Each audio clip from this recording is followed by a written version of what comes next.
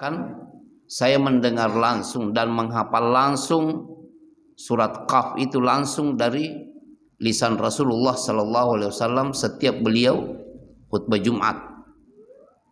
Dan ini penting sekali tentunya, karena surat Qaf ini seperti yang dikatakan Al-Ajurri, adanya penyebutan neraka dan kedahsyatan urusannya, begitu juga nikmat surga yang Allah Subhanahu wa taala firmankan kepada penduduknya, lahum ma yasha'una fiha waladaina mazid. Untuk mereka segala apa yang mereka inginkan di dalamnya, dan kami Allah memiliki banyak tambahan nikmat, termasuk di sini melihat kepada Allah Subhanahu wa taala, memandang Allah. Kalau selama ini di dunia, kehidupan dunia ini kita hanya beribadah tapi belum bisa melihat langsung Allah Subhanahu wa taala, maka penduduk surga di antara nikmat yang paling besar yang akan dirasakan oleh penduduk surga itu adalah wujuhu yawma idzin nadhirah ila rabbiha nadhirah. Wajah pada hari itu berseri-seri, banyak wajah yang berseri-seri karena memandang kepada Rabb-nya. Penjelasan satu, dokter. Penjelasan satu, dalam surat ini Allah Azza wa Jalla menjelaskan hal-hal yang menunjukkan keagungannya. Dia merinci berbagai-macam makhluk untuk mengajak para hamba memikirkan semua ciptaan ini, berpikir yang menunjuki mereka kepada keagungan penciptaannya. Ya, sampai wa fi anfusikum afala tubsirun. Pada diri kalian sendiri apa kalian tidak melihat penciptaan kita betapa sempurnanya, bentuk hidung kita yang menghadap ke bawah bukan ke atas, sehingga kalau hujan tidak langsung masuk ke dalam paru-paru kita, dilengkapi dengan bulu-bulu yang menangkis segala bentuk debu. Bentuk telinga kita yang begitu unik, mata dan kelopak mata, semuanya diciptakan oleh Allah untuk kepentingan kita. Wa fi anfusikum afala tubsirun. Jadi penuh dengan keajaiban dalam ciptaan Allah Subhanahu wa taala. Yang kedua, sebagaimana Allah Ta'ala berfirman, وَجَاءَتْ سَكْرَةُ الْمَوْتِ بِالْحَقِّ ذَلِكَ مَا كُنْتَ مِنْهُ تَحِيدُ. Dan datanglah sakaratul maut dengan sebenar-benarnya. Itulah yang dahulu hendak kamu hindari. Quran surat Qaf ayat 19. Ya, ini penting juga peringatan kepada kita yang masih hidup dan mondar-mandir di atas permukaan bumi dan dunia ini yang panah. Tetap kita harus yakini bahwa keberadaan kita akan dibatasi oleh Allah Subhanahu wa taala. Kita harus pergi dari sini. Tapi sebelum pergi, detik-detik umur yang Allah berikan kepada kita itu maksimalkan pemanfaatannya, jangan disia-siakan.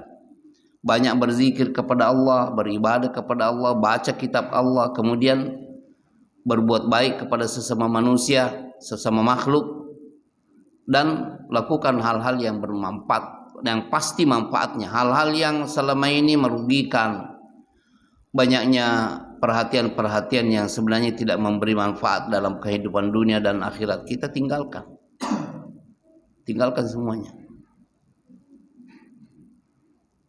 Arahkan kesempatan ini semaksimal mungkin, karena hanya satu kali.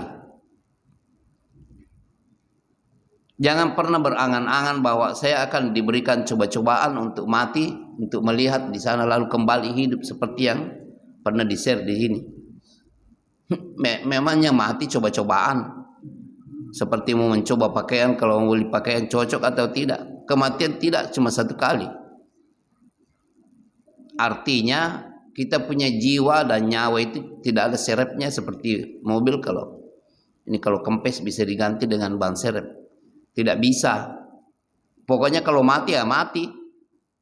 Tidak ada ini mau mencoba-coba nanti kalau dihidupkan kembali mau maksimal beramal, tidak ada. Ya, jadi ini perhatian, wajaat sakaratul mauti bil haqq. Datanglah sakaratul mauti dengan sebenar-benarnya, akan datang pasti. Dzalika ma kunta minhu tahid. Ini selama ini yang dihindari. Orang cenderung ingin kekal hidupnya di dunia ini, dan seakan-akan pasti bahwa dia akan diberi terus umur selama 1000 tahun lamanya. Ada kan pantun dan syair seperti itu kan? Aku ingin hidup 1000 tahun lagi. Tapi itu kan kata-kata yang 1000 tahun, 100 tahun juga sudah gempor kalau masih ada. Memang yang umur 100 tahun itu punggungnya masih sama kalau 25 tahun ya. Tidak sama. Waktu 25 tahun mungkin khusyuk salatnya dengan tegap ininya, tapi kalau sudah 70 tahun sudah mulai ini. Ya kalau ada yang panggil dia tidak bisa langsung menengok begini, tapi badannya harus ikut. Ini juga muter semua. Beda. Jadi keterbatasan kita di hidup di dunia ini tuh harus disadari. Dan perhatian, makanya Abdullah bin Mas'ud radhiyallahu anhu ada kata-katanya yang mauquf kepada beliau dan disahihkan oleh sejumlah ulama. Kafa bil mauti wa'idhan. Cukup kematian itu menjadi nasihat sebenarnya. Kalau ada orang yang meninggal dunia di antara kita, usahakan ikut. Pentingnya anak-anak memberikan perhatian kepada antum, karena telah sampai kepada anak hal-hal yang sebenarnya tidak pantas ya. Begini, kalau ada orang yang meninggal di antara kita, itu usahakan sedapat mungkin ikut dalam pemakamannya, sedapat mungkin ya, tanpa melalaikan sesuatu yang lebih penting dari itu. Kalau dapat, kalau bisa, dan Anda ada saat kematian itu, ikut sedapat mungkin. Mengapa? Ibnu Taimiyah rahimahullah mengatakan, sampai kalau di situ ada hal-hal yang membuat Anda mungkin menjadikan alasan ketidakhadiran seperti adanya yang tidak syar'i, yang bid'ah, yang khurafat dan lain-lain, abaikan hal itu, karena masalah ini adalah masalah terakhir dan kepentingannya bukan untuk Anda tapi yang meninggal dunia ini. Beda kalau antum diundang di walimah pernikahan yang antum sudah pastikan di situ, ini yang mengundang juga orangnya ini suka main-main ini. Ada orkesnya lah, ada biduannya lah, dan antum duduk di situ pakai pici, di depan antum ada biduan. Dan ini bisa menjadi alasan karena dia alasannya kemaslahatan dua orang yang akan berbulan madu sebentar malam ini. Dia masih hidup, tapi ini sudah meninggal. Abaikan masalah ini, tidak usah hadir. Apalagi kalau antum punya jadwal tertentu, sudah tersusun. Saya pada hari ini tanggal Senin sudah ada begini. Abaikan undangan-undangan yang seperti ini. Karena itu kemaslahatannya untuk siapa? Dua orang yang akan menikmati bulan madu sebentar malam. Antum capek-capek, dia bersenang-senang. Tapi yang ini, yang meninggal ini, walaupun ada sesuatu yang tidak syar'i di situ, antum tetap maju untuk mendoakan dia. Hadiri pemakamannya, dan sebelum antum pulang, karena dia akan ditanya. Makanya Rasulullah mencontohkan hal itu. Kalau sudah ditimbun, beliau tidak langsung pulang. Seperti yang dilakukan sekarang ini. Yang naik motor langsung tancap aja tuh. Yang naik mobil tancap mobilnya pulang. Dan ada yang terang kita masih pemakaman sudah melidik-lidik, nanti saya nebeng kepada siapa ya, ingin pulang cepat. Tapi kalau Rasulullah menampakkan tidak langsung pulang, orang yang masih ada doakan, karena sekarang ini akan ditanya. Lihat perhatian beliau, beda dengan kita.